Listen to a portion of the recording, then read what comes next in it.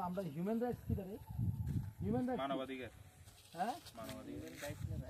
Right human right rights মানে অধিকারগুলো আর right is human right মানবাধিকার সাম্যের অধিকার স্বাধীনতার অধিকার শোষণের বিরুদ্ধে অধিকার শিক্ষা সংস্কৃতির অধিকার আর মানবাধিকার আর এগুলো হচ্ছে হিউম্যান রাইটস। এবার হিউম্যান রাইটসের মধ্যে যদি তুমি আমার হিউম্যান রাইটসের যদি আমি পুরা সিস্টেম দেখি তাহলে আমরা ফৌজের মধ্যে হিউম্যান রাইটস এখন দেখো নাম খেয়েছে যেমন সিভিলে হিউম্যান রাইটস তেমন ফৌজের লেগে একটা আছে কিতা বেটা রে আপা আপা APSPA আপা আপা কিতা আপা এটা ফৌজের কানুন এক ঠেঙে দ্বারা জট একবারে বাইরে আমার জলে মনে হয়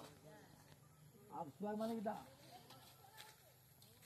এ দিয়া আর্ম এফ দিয়া ফোর্স আর্ম ফোর্স এস দিয়া স্পেশাল পি দিয়া পাওয়ার এ দিয়া অ্যাক্ট আর্ম ফোর্স স্পেশাল পাওয়ার অ্যাক্ট এটা কয় আপসপা বুঝুন এটা কার লাগিয়া এটা বিশেষ করে না এটা ফৌজ লাগে আর্ম ফোর্স স্পেশাল পাওয়ার অ্যাক্ট যখন কোনো জায়গায় দাঙ্গা হয় যখন মণিপুর নাগাল্যান্ড BNK ওইসব জায়গায় ছত্তিশগড় ঝাড়খণ্ড মানে যেসব জায়গার মধ্যে মাওবাদী বা উগ্রবাদী বা টেররিস্ট এলাকা ওই জায়গার মধ্যে এই আফসা চালু করলে কি হয় সেনার একটা অধিকার দিয়ে দেয় যে তোমরা এবার যা পারো তা ঠিক আর্ম ফোর্স স্পেশাল পাওয়ার অ্যাক্ট আর্ম ফোর্স তখন আর্ম ফোর্স কি তারা যত হাতিয়ারবন্দ ফৌজ আছে তখন তারা নিজের পাওয়ারটা ক্ষমতাটা ইস্তেমাল করে। নেপাল কি দেয় আমরা নেপাল আমরা পার্শ্ববর্তী নেপাল আমরা ভাই কাছাকাছি তাহলে নেপাল যদি আমাদের পার্শ্ববর্তী নেপালের এখন যে নেপালে কিটা হয়েছে কিটা হয়েছে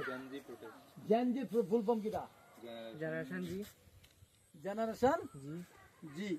মানে কিটা এটার মধ্যে সিস্টেম আছে মাথাটা কি দেশে কোশ্চেন যাইব কিন্তু 2012 তো 2025 যেটি আছে একেবারে বেতাই অমান করলাম ফাসা লাল করলাম ওটাই 2012 থেকে দাঁড়া 1997 থেকে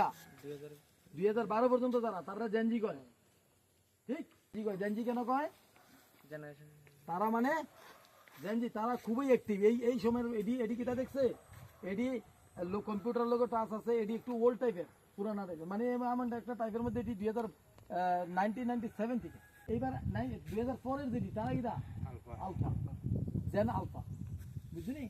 এটা কিটা দিবে তারা হইবে তারা ক্যাটাগরি হইবে সব হইছে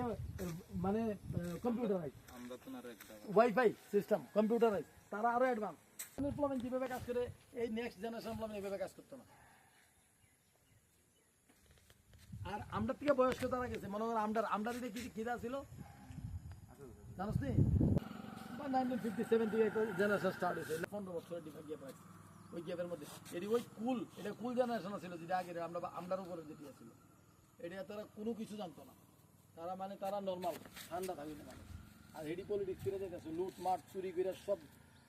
নেপালে কেন হয়েছে এটা নেপালে কি হয়েছে কেন সরকার বদলে গেছে এই নেপালের যে মনে করেন মিনিস্ট্রি আছে তারার পোলা পায় না এই সব ভিআইপি ভাবে শুনছিলাম যে নেপালে কারাপশন আরম্ভ হয়ে গেছে অনেক বেশি চুরি দাড়ি ফ্রড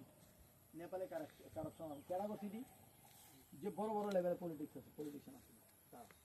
তারাই কারাপশন করছে চুরি দাড়ি সব নিজের ফ্যামিলি নিয়ে সব নিজেরাই ওইসব আলিশান ভাবে থাকে ওইখানের নিজেরার যেই জনসাধারণ উপরে কোনো খেয়াল নাই নেপালে কোন সরকার আছিল কোন সরকার CPM নেপালের প্রাইম মিনিস্টার নাম যেটা ছিল কেপি ওলি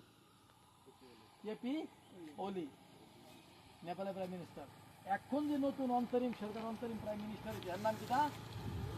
সুশীলা কার্কি শ্রীমতী সুশীলা কার্কি হ্যাঁ কি আছিল আগে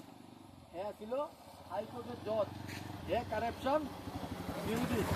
হ্যাঁ যখনই সরকারে আসিল বা কোর্টে যখন একটা বিচারপতি আসিল তখন এই কারাপশন নিয়ে খুব প্রটেস্ট করছে সরকারের সাথে এই CPIM সরকারের সাথে তারা নেপালের তখন